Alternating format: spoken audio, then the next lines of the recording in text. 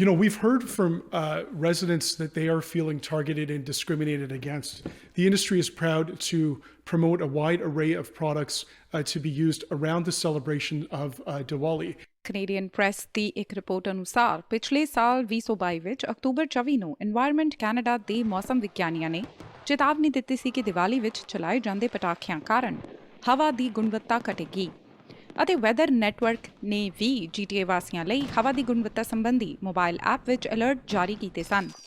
ਹਾਲਾਂਕਿ environment Canada ਦੇ ਮਟੀਰੀਓਲੋਜਿਸਟਸ ਨੇ ਇਸ ਚੇਤਾਵਨੀ ਨੂੰ ਦੀਵਾਲੀ ਨਾਲ ਨਾ ਜੋੜਨ ਦੀ ਸਲਾਹ ਦਿੱਤੀ ਸੀ, ਇਹ ਕਹਿੰਦੇ ਹੋਏ ਕਿ ਉਹ ਚੇਤਾਵਨੀ ਪੱਖਪਾਤੀ ਲੱਗਦੀ ਹੈ।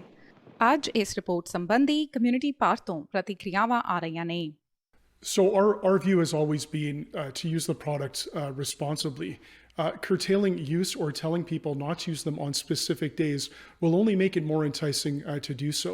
When you ban things that are legal, you're automatically creating a black market and underground market in which to get the product from. And those products could be bootlegged from the United States. They could be made by untrained professionals. And so again, our thinking really has been around safety. We do that through our Be a Good Neighbor program. Aleem Kanji Canadian National Fireworks Association ਦੇ ਪ੍ਰਧਾਨ ਹਨ ਅਤੇ ਪਿਛਲੇ ਸਾਲ Brampton ਵਿੱਚ ਪਟਾਖੇ ਚਲਾਉਣ ਤੇ ban ਲੱਗਣ ਸੰਬੰਧੀ ਬਰੈਂਪਟਨ ਕਾਉਂਸਲ ਨਾਲ ਹੋਈ ਮੀਟਿੰਗ ਦਾ ਹਿੱਸਾ ਵੀ ਸਨ।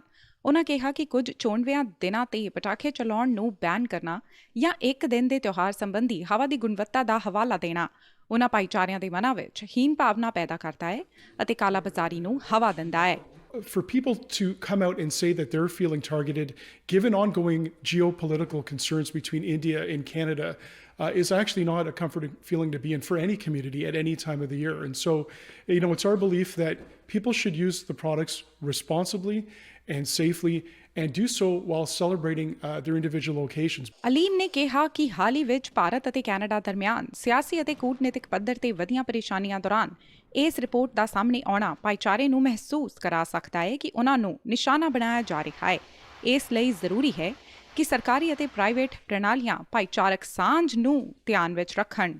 ਅਸੀਂ ਕਮਿਊਨਿਟੀ ਦੇ ਮੈਂਬਰਸ ਤੱਕ ਅੱਜ ਜਨਤਕ ਹੋਈ ਜਾਣਕਾਰੀ ਸੰਬੰਧੀ ਪਹੁੰਚ ਕੀਤੀ। ਕੁਝ ਨਾ ਨੇ ਕਿਹਾ ਯੂ ਥਿੰਕ ਕਿ 에ਅਰ ਕੁਆਲਿਟੀ ਦਾ ਜਾਂ ਸਮੋਕ ਦਾ ਇਹਦੇ ਨਾਲ ਕੋਈ ਕੰਸਰਨ ਨਹੀਂ ਹੈਗਾ? ਕੋਈ ਕੰਸਰਨ ਨਹੀਂ ਹੈਗਾ ਕਿਉਂਕਿ ਪੂਰੇ ਕਿਹੜਾ ਵੀ ਉੱਦਾਂ ਦਾ ਸਿਸਟਮ ਹੈਗਾ ਹੈ ਨਾ। ਨਾਲੇ ਕੈਨੇਡਾ ਦੀ ਜਿਹੜੀ ਲੈਂਡ ਹੈ ਉਹ ਕਾਫੀ ਵੱਡੀ ਆ ਐਂਡ ਲੋਟਸ ਆਫ ਟਰੀਜ਼ ਨੇ। ਮੈਨੂੰ ਲੱਗਦਾ ਨਹੀਂ ਕਿ ਇੱਦਾਂ ਦਾ ਕੋਈ ਕੰਸਰਨ ਹੈਗਾ ਔਰ ਪੋਪੂਲੇਸ਼ਨ ਵੀ ਬਹੁਤ ਘੱਟ ਹੈ ਕੈਨੇਡਾ ਦੀ ਤਾਂ ਉਸ ਹਿਸਾਬ ਨਾਲ ਹੈ ਨਾ। ਸੋ ਮੈਨੂੰ ਲੱਗਦਾ ਨਹੀਂ ਕਿ 에ਅਰ ਕੁਆਲਿਟੀ ਦਾ ਕੋਈ ਇਸ਼ੂ ਹੈਗਾ। ਜੇ 에ਅਰ ਕੁਆਲਿਟੀ ਦਾ ਇਸ਼ੂ ਵੀ ਹੈਗਾ, ਮੈਂ ਇੱਕ ਫੈਕਟਰੀ 'ਚ ਕੰਮ ਕਰਦਾ ਸੀਗਾ, ਸਾਰਾ ਦਿਨ ਧੂੰਆਂ ਚੱਲਦਾ ਉੱਤੇ, ਉਹ ਕਿਹੜਾ ਪਿਊਰੀਫਾਈ ਕਰਕੇ ਛੱਡ ਰਹੇ ਆ ਹੁਣ। ਸੋ ਇੱਦਾਂ ਤਾਂ ਮੈਨੂੰ ਤਾਂ ਲੱਗਦਾ ਜੀ ਕੋਈ ਇਸ਼ੂ ਹੈਗਾ। ਨਾਲੇ ਫਾਇਰਵਰਕਸ ਨਿਊ ਈਅਰ 'ਤੇ ਵੀ ਚੱਲਦੇ ਆ, ਫਿਰ ਕ੍ਰਿਸਮਸ 'ਤੇ ਵੀ ਚੱਲਦੇ ਆ, ਇਕੱਲੀ ਦੀਵਾਲੀ 'ਤੇ ਥੋੜ੍ਹਾ ਨਾ ਚੱਲਦੇ ਆ ਜੀ। I think it should be like in a designated area. It should be there, but in a like proper manner.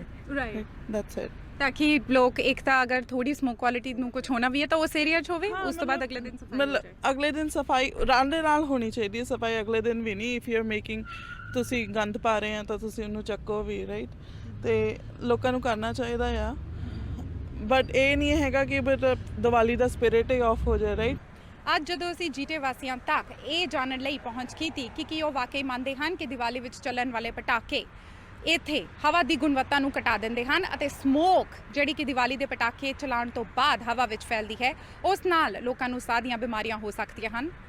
ਜਿੱਥੇ ਕੁਝ ਦਾ ਮੰਨਣਾ ਹੈ ਕਿ ਹਾਲਾਂਕਿ ਸਮੋਕ ਨੂੰ ਘੱਟ ਕਰਨ ਲਈ ਕੁਝ ਤਰੀਕੇ ਅਪਣਾਏ ਜਾ ਸਕਦੇ ਹਨ, ਉੱਥੇ ਹੀ ਲੋਕਾਂ ਦਾ ਇਹ ਵੀ ਮੰਨਣਾ ਹੈ ਕਿ ਅਗਰ ਪਟਾਕੇ ਚਲਾਉਣ 'ਤੇ ਪੂਰੀ ਤਰ੍ਹਾਂ ਬੈਨ ਲਗਾ ਦਿੱਤਾ ਗਿਆ ਤਾਂ ਹੋ ਸਕਦਾ ਹੈ ਕਿ ਦੀਵਾਲੀ ਦੀ ਸਪਿਰਿਟ ਘੱਟ ਜਾਵੇ ਅਤੇ ਉਹ ਲੋਕ ਜਿਹੜੇ ਦੀਵਾਲੀ ਬਚਪਨ ਤੋਂ ਮਨਾਉਂਦੇ ਆ ਰਹੇ ਹਨ ਖੁਸ਼ੀ ਨਾਲ ਇਹ ਤਿਉਹਾਰ ਨਾ ਮਨਾ ਸਕਣ। Radhika Sharma, Omni news, Mississauga.